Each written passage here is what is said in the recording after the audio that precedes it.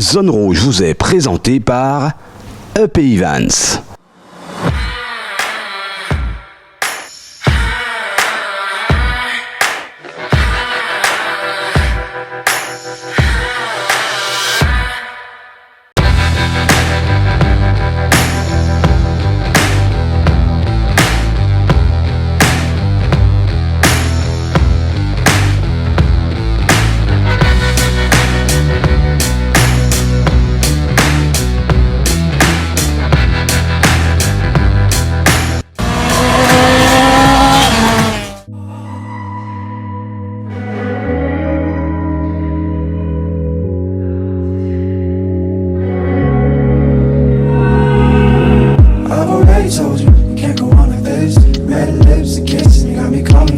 Salut à tous, merci de nous rejoindre, merci de votre fidélité.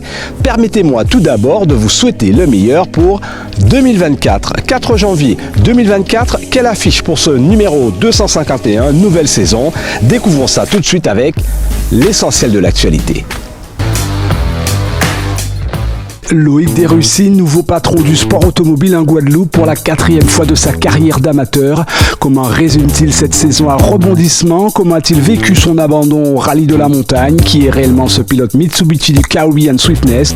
Et quelle suite pour ce champion fort sympathique Loïc Derussy? Comme vous ne l'avez jamais vu ou entendu, c'est en exclusivité dans Zone Rouge.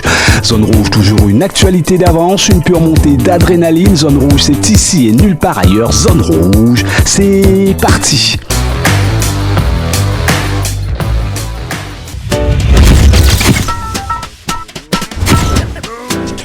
Le voilà désormais inscrit au palmarès des pilotes qui, au fil de l'évolution de leur carrière, rajoutent encore un sésame à leur tableau de chasse. Et de 4 en effet pour le pilote Mitsubishi Loïc Derussy, auteur d'une saison 2023 menée intelligemment. Comment lui-même résume-t-il une année à suspense et pleine de rebondissements? Réponse tout de suite de champion, heureux de vivre sa passion sans véritablement se prendre la tête. Guess that you just know one. Another soul is broken. It's always kind of funny how you find out how they're coping. So he asked me how I'm coping, and I asked him if he noticed. I said, listen boy, I'm focused. I said... Loïc, bonjour. Bonjour. Alors Loïc, 4 titres de champion de la Guadeloupe. J'ai l'impression que tu es parti pour battre le record de Max Berry, qui lui en comptabilise 8. Ok. Ben non, pas spécialement, puisque je ne savais même pas qu'il en avait autant. Et moi, c'est pas ce qui m'intéresse, c'est toujours le même leitmotiv, c'est rouler pour le plaisir et montrer les couleurs de nos sponsors et faire du mieux qu'on peut. Luc, on rappelle que tu avais commencé il y a très longtemps sur une 206. Est-ce qu'à ce moment-là, tu imaginais que tu aurais fait une carrière aussi longue et aussi brillante? Aussi longue peut-être parce que j'étais un passionné des petits. Mais après avoir cette carrière-là et finir dans les avant-postes comme maintenant, pas vraiment. On va faire un petit retour en arrière. Gagner le Karukera sans la disqualification de Stéphane Nègre, ça aurait été certainement plus élégant pour toi. Ah, totalement. On a vraiment essayé, on s'est donné les moyens, on a tout fait. Stéphane a été plus fort, mais je pense qu'il a eu chaud aux fesses et il est venu nous voir à la suite pour nous le dire. On a senti quand même une nouvelle maturité, un nouveau Loïc derrière le volant, justement parce que aller chercher cette voiture qui est une grosse voiture, c'était quand même une mission d'accompli quelque part. Ou semi-accompli. Mission accomplie parce que vraiment on a fait des temps semblables. C'était à coup de centièmes de seconde. On a fait le taf. Quand on commence à monter dans des sphères comme ça, sur les Mitsu, contre des R5 et tout ça, ça commence à aller très vite. Et chaque erreur, ça peut emmener loin. Donc oui, je pense qu'on va dire mission accomplie, à 1 seconde 46 près, mais mission accomplie. Alors on le rappelle qu'au rallye de la montagne, tu abandonnes malheureusement. Oui. Ça veut dire que quelque part tu joues ton joker. Est-ce qu'il y a, malgré le fait que tu étais en tête largement, est-ce qu'il y a quand même un doute quand on s'inscrit au Karukera, ou finalement les jeux étaient déjà faits pour toi? Alors Karukera, si c'est pour parler du championnat lui-même, en champion de la Guadeloupe, on était champion de la Guadeloupe même si on abandonnait au Karukera. Par contre, on serait peut-être pas champion des rallyes. C'est juste ça. Mais je ne sais même pas si c'était Stéphane Nègre qui serait champion. Je pense plus à Nicolas Loubet. Donc après, mais nous, encore une fois, on n'était pas sur le titre, on n'était pas sur tout ça. On était vraiment pour rouler et montrer qu'on sait rouler en fait. Et comme je l'ai dit au préalable, Stéphane, il est arrivé sur le rallye de la montagne en disant que là on est chez nous. Et nous, on voulait lui montrer que même chez lui, il fallait compter sur nous. Donc je pense que c'est chose faite. Loïc, à t'écouter, on a l'impression que tu es un petit peu dans la philosophie de Thierry Neuville, qui est au championnat du monde en WRC, qui dit « Le titre ne m'intéresse pas, s'il vient, il est là, mais je veux avant tout me faire plaisir derrière le volant ». C'est un peu ça, toi? C'est totalement ça, totalement ça. C'est faire plaisir, me faire plaisir, mon copilote, sentir, entre guillemets, la jouissance qu'il y a au bord dans la voiture et tout. C'est ce qui est important pour moi. Que quand je rentre à l'assistance, de voir mes assistants avec le sourire et l'envie de bosser sur la voiture, c'est le plus important pour moi. Alors, malgré le fait que tu sois titré pour la 4e fois cette année, on a l'impression que finalement, faire tout le championnat pour toi c'est important, qu'une victoire en course de côte ou en rallye, ça reste une victoire, c'est significatif pour toi? Alors, j'étais pas comme ça avant, mais je suis devenu assoiffé de victoires, on va dire ça. Et oui, toutes les victoires sont bonnes à prendre. C'est ce qui nous a donné les points en avantage là pour ce championnat-là, tant mieux. Mais c'est clair que maintenant, oui, j'aime gagner. J'aime prendre du plaisir, mais j'aime aussi gagner. Alors, gagner pour toi, ça signifie quoi exactement? La rigueur, une équipe d'assistance au top? C'est quoi? Qu'est-ce qu'il faut inculquer à ces jeunes qui voudraient rester dans le sport automobile et leur dire finalement que la victoire a un goût, mais il faut y mettre les moyens? Alors, il faut y mettre les moyens, mais souvent en sport automobile, on pense seulement aux moyens financiers, c'est faux. C'est faux. Il y a vraiment les moyens humains à mettre au niveau des assistants, avoir la convivialité qu'il faut, le sérieux qu'il faut, et c'est ce qui paye en fait. C'est ce qui paye. Bon, après, c'est clair que ça ne va pas sans le côté financier, mais c'est peut-être pas le plus important. Et nous, depuis toutes les années qu'on roule, on s'est basé sur ça et c'est magnifique. On en a parlé tout à l'heure, à regarder ton assistance, on a l'impression que ça fourmille de monde. Il n'y a que 4 personnes, chacun une tâche bien particulière. Ça fait partie de la réussite de l'association? Totalement. On n'est pas encore au niveau Formule 1 avec chaque personne un pneu et tout ça, loin de là, mais c'est vraiment on fait même des essais pour que chaque personne puisse trouver vraiment sa tâche et être le mieux que possible dans le réel, quoi, en fait. Ça veut dire que la température est la même pour tout le monde, assistant, pilote, copilote. Quand Loïc abandonne, c'est tout le staff qui a mal? Grave, c'est totalement ça. Là, quand on a abandonné au rallye de la montagne, je pense que mes assistants étaient encore plus peinés que moi. Mais bon, c'est comme ça, c'est avant tout une famille. Comment on remonte le moral de ces troupes après une mésaventure telle que la montagne? Déjà par un bon repas. C'est important. C'est important. Déjà par un bon repas et déjà montrer que justement que nous, enfin, le pilote, il est affecté certes, mais qu'il veut aller de l'avant, il est prêt à remonter dans son auto dès le lendemain. À savoir que pour le rallye de la montagne, on a juste eu une petite poulie qui a lâché, un truc qui lâche quasiment jamais.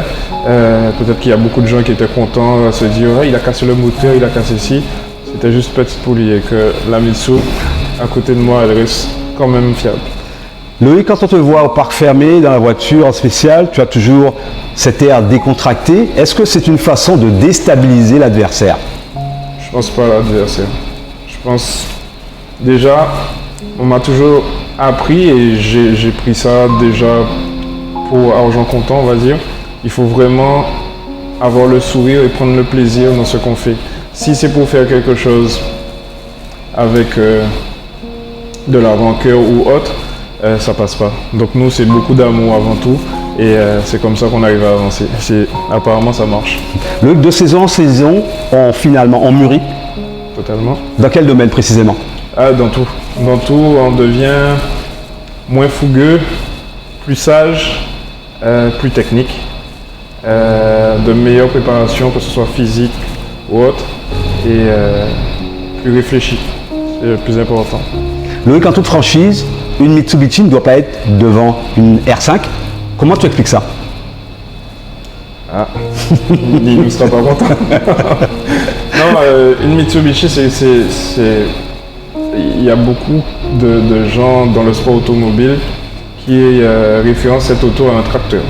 D'accord, c'est tellement robuste que ça envoie. Mais c'est vrai que ça reste plus lourd, avec un plus long empattement que la R5. Donc oui, normalement la R5 est censée être devant. Mais il y a des petits plus que la Mitsubishi a et qui nous donnent certains avantages. Pour l'instant, je pense que concurrent direct en R5 en Guadeloupe reste Philippe Hinault. Je pense plutôt lui, il a un certain âge, il n'est pas tout aussi jeune que nous. Et je pense qu'une bonne préparation physique et on est derrière. Dans ta dernière interview que tu nous as attribuée au Karukera, tu dis que tu n'as pas fini d'apprendre cette Mitsubishi. C'est un monstre de technologie. Comment on peut traduire ça? Alors, c'est pas un monstre de technologie, c'est juste que déjà nous on n'a pas de piste. On va revenir sur le même truc. On n'a pas de piste, c'est vraiment sur les rallyes qu'on essaie de faire au mieux avec s'adapter à notre machine. Et après il y a tout le temps tout qui change. Au Karukera, on a roulé avec des pneus pluie alors que c'était sec, donc c'est un autre comportement. Et il y a eu 3 spéciales comme ça. La première spéciale, on a failli se mettre dehors bien comme il faut. Et je pense même Stéphane a eu le même problème. Enfin, tous les gros étaient équipés pareil. On regarde après deuxième spéciale, troisième spéciale, les temps ont descendu parce qu'on a appris à rouler comme ça. Donc c'est vrai qu'il n'y a pas simplement la technologie, il y a vraiment de l'expérience à apprendre qu'on n'arrive pas à avoir parce qu'on n'a pas de piste. Alors malgré le fait qu'il y ait R5, la voiture au top aujourd'hui dans la tête des gens, vous voulez carrément la vedette avec vos Mitsubishi, Stéphane et toi. C'est le kiff, c'est ce qui a fait la beauté du championnat, le duel des Russie nègres. Alors le duel des Russie nègres, il n'y a pas simplement le fait de battre les R5, c'est vraiment Neg est sur une Mitsubishi bien avant moi. Je vais pas cesser de le dire, pour moi c'est un très bon pilote et nous on avait beaucoup à apprendre de Stéphane et on continue à apprendre de lui. Donc il y a des fois où on arrive à avoir un petit peu en avance sur lui. Et, donc comme l'année dernière quand on a gagné le Karukera, donc je pense justement lui sa revanche était là. Mais par rapport au R5, oui, il y a des questions à se poser. Après chaque course, il est impératif pour toi de te remettre en question? Totalement. Surtout en fait, on refait un peu le film de la course qu'on a pu disputer et à se dire bon on aurait pu faire ci, faire ça, ou moi-même en tant que pilote, se dire bon j'aurais pu me lâcher plus, ou bien là j'ai fait une erreur bête et tout ça. Oui, mais tout le temps, mais je suis comme ça dans la vie de tous les jours. Loïc, quand on regarde un peu l'organisation des Russie autour d'une course, on sent la rigueur. On rappelle que tu es à la tête d'une grosse entreprise, Transport des Russie. C'est la rigueur du chef d'entreprise qui influe justement sur ce climat en course? Alors, normalement, ça aurait pas dû être ça. C'est-à-dire que ça serait plus pour décompresser, décontracter, tout ça. C'est comme ça que j'ai commencé le sport automobile. Mais j'ai vite vu que sans rigueur, sans le sérieux, comme pour manager une entreprise, que ça marchait pas au sport automobile. Donc, je me suis dit, je dois me débrouiller pour prendre du plaisir, mais tout en ayant la rigueur qu'il faut. Donc, voilà. Le Loïc, chef d'entreprise, comment il est vu quand il rapporte un 4e titre aux yeux de ses clients? Ça c'est quelque chose. J'ai passé mon lundi à répondre à des messages, à répondre à des appels. Les clients, c'est déjà quelque chose, mais ce qui est encore plus kiffant, c'est des gens qu'on ne connaît pas du tout. C'est-à-dire, on va à la boulangerie et on entend deux boulangers en train de dire « Ouais, c'est lui qui est passé à la télé, machin », et remercier du style « Merci champion » et tout ça. Donc, c'est magnifique, c'est magnifique. C'est à ce moment-là qu'on se dit « Il y a beaucoup de gens devant la télé quand même ». Quand on a justement ces retours, on a envie de bien faire pour faire plaisir justement à cette Guadeloupe qui aime les champions. Alors, il y a deux facettes. On a envie de bien faire pour la Guadeloupe qu'on aime, mais on sait aussi très bien que le jour, et ça c'est les médias, c'est comme ça que ça se passe, le jour que ça se passe mal aussi, le retour de la médaille c'est quelque chose. Donc on essaie, oui, bien sûr, de toujours rester concentré pour faire le mieux que possible, et d'essayer de ne pas avoir de retour de médaille. Loïc, on va revenir un petit peu sur ta saison. Je vais te demander de donner une note de 1 à 10 sur les courses que tu as disputées et me dire brièvement, me donner une appréciation. Okay. Course de côte de Bananier, quelle note sur 10 10 sur 10. Parce que c'est une course que tu as remportée. Non, pas spécialement. C'est-à-dire que je me rappelle, Nino était là, donc pour moi, il était gagnant. Et je crois que c'est à la deuxième montée, il a commencé à pleuvoir et nous, on a mis ce qu'il y avait à mettre et on a pu remporter. Donc oui, c'était un beau jeu et pour moi, on ne partait pas gagnant et donc c'était magnifique. Voilà. Rallye Nord Grande Terre. Alors, Rallye Nord Grande Terre, là directement, première spéciale, Nino nous en met je ne sais plus combien de secondes. Donc là, on se remet tout de suite en question. Et malheureusement pour lui, à la deuxième spéciale, c'est lui qui fait une erreur. Et il nous restait juste à gérer la fin du rallye, mais on aurait dit un 7 sur 10. Le rallye des Grands Fonds. Alors, rallye des Grands Fonds, magnifique. Magnifique, pour, déjà avec la présence de mon idole, Simon. Donc, c'était déjà quelque chose de courir en même temps que Simon avec pas des temps similaires parce que il était bien devant, mais vraiment on avait tout à apprendre de ce rallye-là. Il y avait les R5 de Théodore, il y avait Nino qui, bon, malheureusement n'a pas tenu physiquement. Stéphane n'était pas sur sa bonne auto, mais voilà, il y avait quand même du monde et on finit deuxième de ce rallye et malgré ça je dirais 9 sur 10. Alors justement, les gens dans leur tête disent que c'est Loïc Desrussiers qui a gagné le rallye. Simon était là en tant qu'invité sans jouer le championnat. Ouais. On peut le dire. Oui, normalement c'est ça, je crois. Bon, j'ai pas, encore une fois, je suis pas sur le titre, le championnat, tout ça, donc j'ai pas été vérifié si on m'a donné les points du premier et tout ce qui s'ensuit. Mais même avant le rallye, pour moi le deuxième c'était le premier. Si c'était, parce que de toutes les manières, Simon, pour moi il était premier avant de disputer la première spéciale. Donc pour moi, oui, j'ai gagné le rallye des Grands Fonds, c'est faible. Marie-Galante. Alors Marie-Galante, j'ai un peu de... Mitigé? Très mitigé parce que je pouvais bien mieux faire. On a eu des problèmes de frein qu'on savait déjà un peu auparavant, mais on n'avait pas reçu les pièces. Et première spéciale, Stéphane nous met. Deuxième spéciale, on lui en met.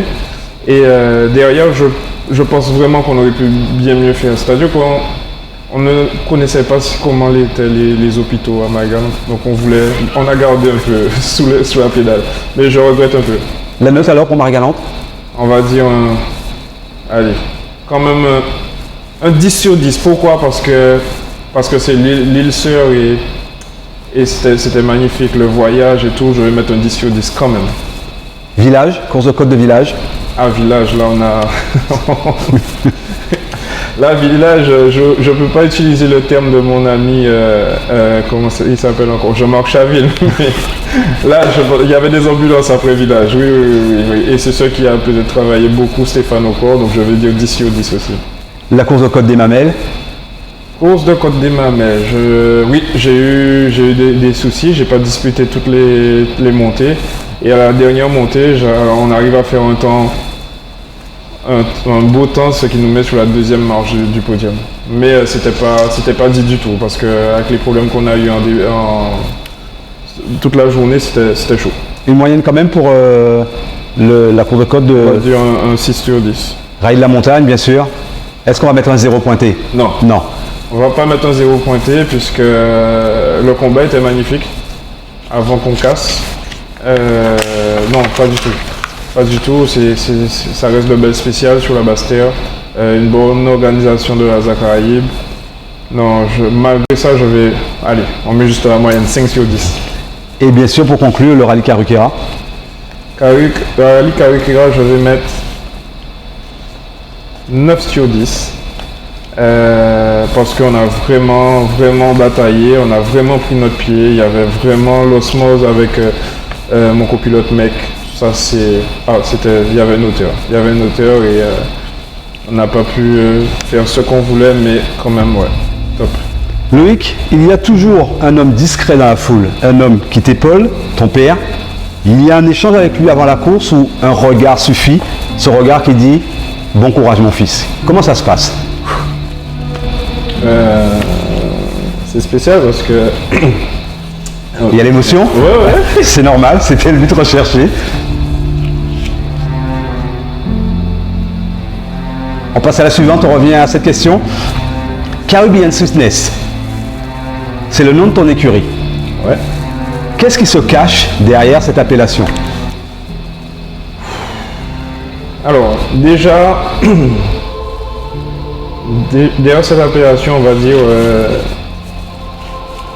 la grandeur de la chose. C'est pour ça qu'on a voulu vraiment ouvrir, ne pas rester sur le terme que moi j'aime pas trop, les histoires de boîte, je sais pas quoi. On voulait vraiment ouvrir le sport automobile, notre activité à vraiment partout, c'est-à-dire sur le bassin caribéen carrément. Bassin caribéen. Donc on a pris le temps de trouver le bon nom pour pouvoir projeter en ce sens.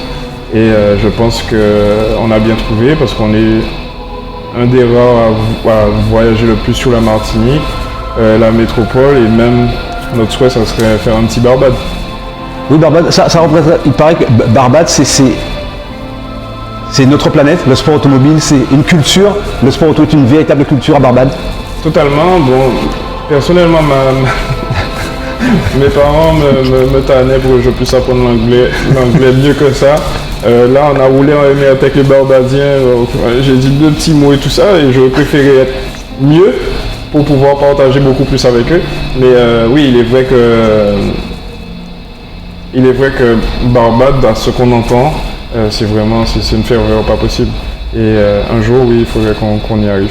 Il y a Barbade, il y a bien sûr le MRT qui est devenu incontournable dans le calendrier des Antilles. Un rallye qui te tient à cœur aussi? C'est un rallye qui me tient beaucoup à cœur, mais où je pense que je l'ai déjà fini une fois. Une fois sur 4 ou 5 que j'ai déjà pu disputer. Là, l'année dernière, cette année, dernière spéciale, départ de la dernière spéciale, on casse le pont avant. Peut-être trop optimiste et j'ai dû peut-être charger trop. En fait, ça c'est très moi, hein. C'est jamais la voiture, mais c'est plus le pilote qui cause le problème à la voiture. Encore une fois, on a monté qu'on était bien, et la Martinique nous réussit niveau pilotage. Ouais. Loïc, chaque fois qu'on a une interview, on parle toujours de ce fameux mec avec un M majuscule. Sans mec, j'ai envie de dire qu'il n'y aurait peut-être pas Loïc Desrussiers. En fait, c'est la symbiose qui fait le succès de votre équipe. Alors, on a essayé. Hein. Pendant très longtemps, on m'a fait comprendre. Oui, c'est peut-être ton copilote est trop gentil et tout ça. C'est pour ça que tu vas pas aussi vite et tout ça.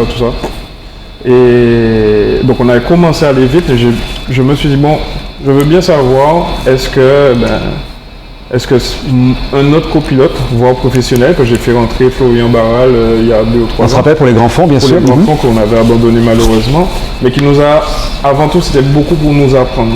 D'accord? Et on a eu le résultat escompté. Et franchement, 100 mecs, c'est quelque chose. C'est un tour, quoi, en fait. C'est plus qu'un copilote pour toi. Ah non, c'est un ami frère, c'est un mec. Je veux pas le dire à la caméra, mais oui, mais c'est mec en moins, quoi. Ça veut dire, toi seul et lui-même sont aptes à comprendre la complicité qui est entre vous. C'est-à-dire que même j'ai un problème dans la voiture, si lui ne valide pas le fait qu'on continue, c'est la décision finale, c'est entre nous, on s'explique et c'est important. Il a des enfants, j'ai des enfants, on est tous les deux dans la voiture, on prend tous les deux le risque, et si on n'arrive pas à avoir cet échange-là, c'est pas la peine. Mais c'est magnifique. Luc, avec ton regard, ton expérience, comment aujourd'hui peut-on améliorer le sport automobile en Guadeloupe? Wow. Grande question. Très grande question. Après, je pense plus que c'est une histoire d'homme. Avant tout, c'est une histoire d'homme. Je pense une histoire d'homme, une histoire d'ego. Je sais pas, perso, je fais partie d'une association. Je suis même vice-président. Et il y a des choses que je comprends pas, que je vais pas pouvoir en dire plus. Mais je pense qu'il faudrait vraiment, encore une fois, tous s'asseoir autour d'une table et arrêter les petits cancans, les sortes de petits trucs et essayer d'aller de l'avant. Parce que là, je sais même pas, en 2024, qu'est-ce qu'il y aura. Je sais vraiment pas qu'est-ce qu'il y aura en 2024. On a fait une course à 20, il y avait 4 Martiniquais, heureusement. Sinon, niveau des engagements, ça va pas couvrir les frais de la course, ça va pas ci, ça va pas ça. Donc voilà. Je sais pas, il faut se poser les bonnes questions. Ça veut dire que justement, aujourd'hui, il faut plus que de raison se remettre en question pour assurer l'avenir du sport automobile. Oui, totalement. Faire des réunions avec les pilotes, le plus grand, le plus petit des pilotes, et savoir qu'est-ce que eux ils en pensent aussi. C'est pas seulement la tête pensante des ASA qui inflige des choses. Et voilà, il y a vraiment un travail à faire et aussi arrêter d'être penser que NASA, ça appartient à la personne qui dirige NASA. C'est faux, c'est une association, c'est un ensemble de personnes. Loïc, est-ce qu'on revient sur l'implication de papa dans la course automobile? Ouais, ça va mieux. Ben, papa c'est spécial parce qu'il a quand même 2 fils qui font ça. Donc il ne peut pas crier rouleau bravo pour l'un ou pour l'autre. Il préfère même être en sous-marin, comme on dit, et poser les petites questions qu'il faut au bon moment qu'il faut. Quand, dans la semaine où on a un rallye qui se prépare, alors franchement, je lui en parle même pas trop, mais lui, avec les médias ou tout ça, bon, il sait, il va venir me voir, alors comment ça se passe, comment ci, comment ça, ta voiture est prête, et toi, ici et ça. Et ces derniers temps, il est beaucoup plus là aussi. Vraiment présent, c'est-à-dire il vient regarder les courses, il est resté jusqu'à 3h du matin à la montagne. Et c'est lui qui nous a mis là. Hein. Loïc, dernier conseil, tu vas forcément rire. Mettez du sport dans votre vie. C'est la phrase qui revient régulièrement sur les réseaux. On voit Loïc en pleine activité parce que ça c'est important. Ouais. Conduire une Mitsubishi, c'est aussi assurer sa propre santé physique. Ouais. Alors ça fait 2 ans que j'en fais. Ça fait peut-être 1 an que je suis dans cette petite association VTT Rider 97.1 où on prend un kiff entre 2 à 3 fois par semaine avec, je serais obligé de le dire, hein, le président de l'association Willy Thiollet. Et vraiment, c'est devenu un ami, c'est devenu une famille aussi. À part au Caribbean Swiftness, il y a même des gens de Caribbean Swiftness qui peuvent rouler avec le VTT Riders, que j'invite à rouler avec le VTT Riders. Et c'est quelque chose et ça fait partie de notre progression aussi. Parce que là, la préparation physique, c'est quelque chose, mais tout en étant dans une famille, c'est encore un autre level. Et oui, mettez du sport dans votre vie. Merci Loïc pour cette interview poignante et puis on te souhaite bonne année 2024 avec tous les projets qui s'en suivent. Même. Merci beaucoup Loïc. C'est moi.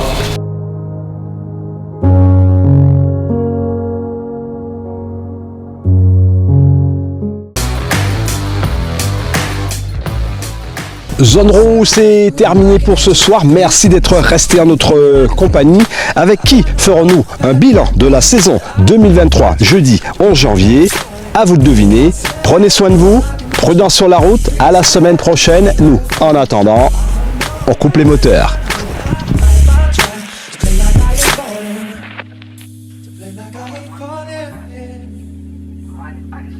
Zone Rouge vous a été présenté par EP Events.